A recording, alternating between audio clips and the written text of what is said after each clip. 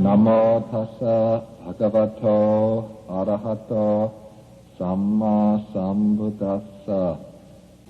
Before we begin the lecture proper, I would like to make a few introductory remarks about this course itself. At the present time, many people have been developing an interest in meditation. And part of this phenomena is the interest in the Buddhist forms of meditation. But in order for the practice of Buddhist meditation to become an effective means to spiritual development, it has to be based upon a clear understanding of the purpose of meditation.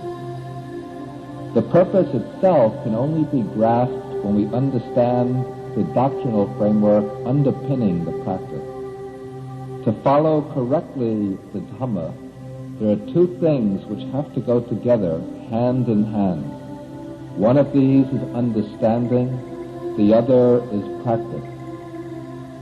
If these two can be brought into unison, if they can be made to complement and support each other, then the pursuit of the goal can be brought to a successful conclusion.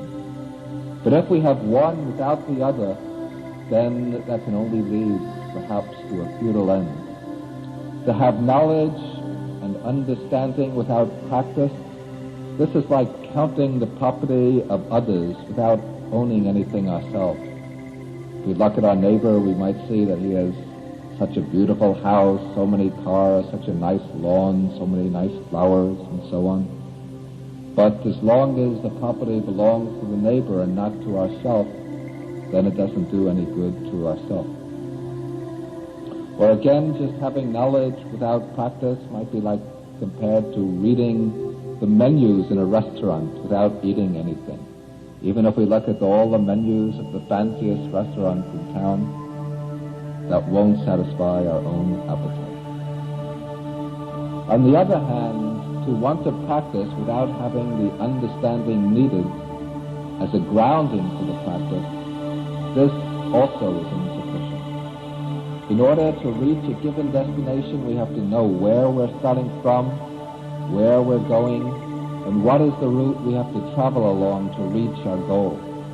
To practice without having that understanding, this is analogous to the case of somebody who wants to travel from Washington, New York to New York, but he doesn't know the streets of Washington, he doesn't know the streets of New York, and he doesn't know the routes leading from one city to the other. Still, he thinks that the most efficient way to reach his destination is simply to get into the car, get onto the roads, and start traveling whichever way the car will take him. In such a case, he might use a lot of gasoline and put a lot of mileage on the car, but he won't meet much success in reaching his goal, in getting to New York.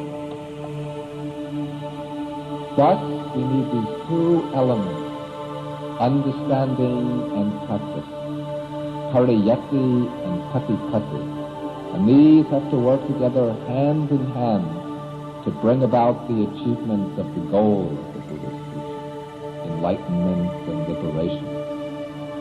Learning can be considered not only a supplement to practice, but also as a part of practice.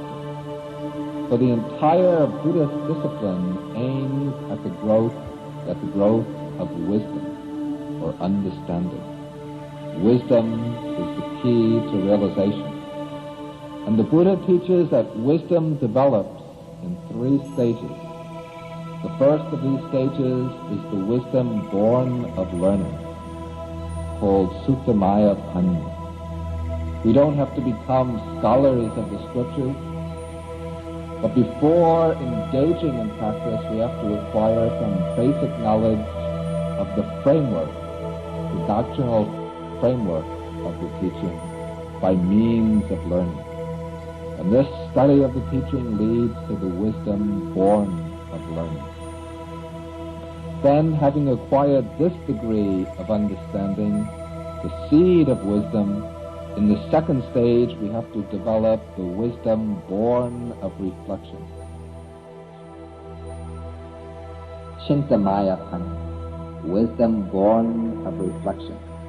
We have to examine the teachings we have learned We have to explore them. We have to see if they're consistent, if they hold up, if they make sense. We have to check them out against our own experience and see if they can be verified in our own experience.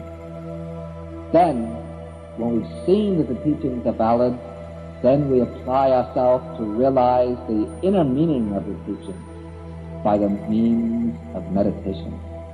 And the practice of meditation here leads to the third level of wisdom, called Bhavanamaya, the wisdom born of meditation. So in actualizing the teaching of the Buddha, we have to pass through these three stages, one by one. First learning, then reflection, and then meditation. Meditation transforms the content of learning and reflection into actual experience. The present course is not intended to give a thorough and exact scholarly account of the Buddha's teachings.